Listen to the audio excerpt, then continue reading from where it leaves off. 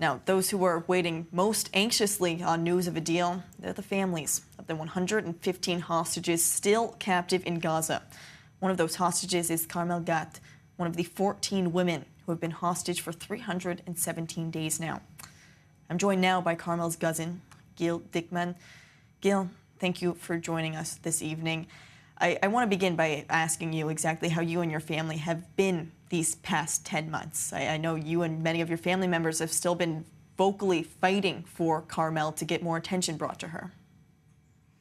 Yeah, we've had enough. You know, I've heard you talk about we'll see in the upcoming weeks how the negotiations are going to go. We don't have weeks. They're dying there. They're running out of air physically.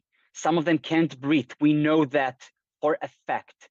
And I know that there's a negotiation going right now, and it sounds like the games, like, well, we're gonna maybe put more demands in our suggestion, and maybe wait a few days and see how they react. We don't have this time, and we know that what we have now on the table is, on the one hand, there's a deal that brings the hostages back and maybe even lets us, it gives us an opportunity to face all the things that we're facing right now as a country. On the other side, there's an all-out regional war with Iran, with Hezbollah, of course, with Hamas. We've had enough. We can't wait anymore. And I'm telling you now, we as families have had enough.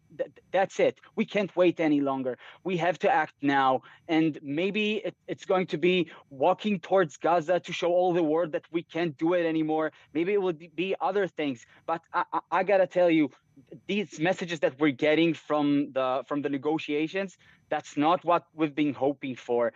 You have to act now. I'm calling on Blinken, that is going to be here tomorrow and meet with Prime Minister Netanyahu and with all the other actors.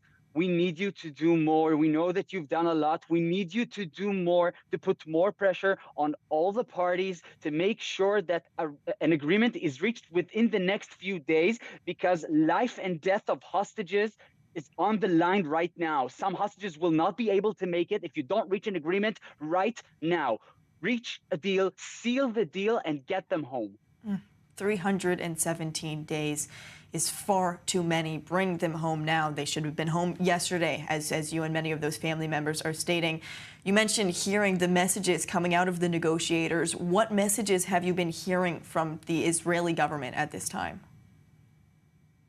They said that they're optimistic. I don't know what exactly this is based on. And I've had enough of this blame game. And I've had enough of games in general. We don't have time for this. Just go ahead and seal this deal. I know that there are a few terms that need to be closed. What people are telling us is that the gaps can be bridged if they just come together and talk about it and reach a deal. It looks like some of the people in the negotiation room do not really want to reach a deal. Well, give them the mandate, seal the deal, and get the hostages back. It's as simple as that.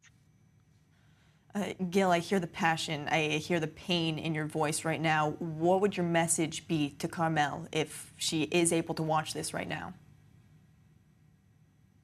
I've been trying to send her positive messages for the last 10 and a half months, and I want to keep doing that.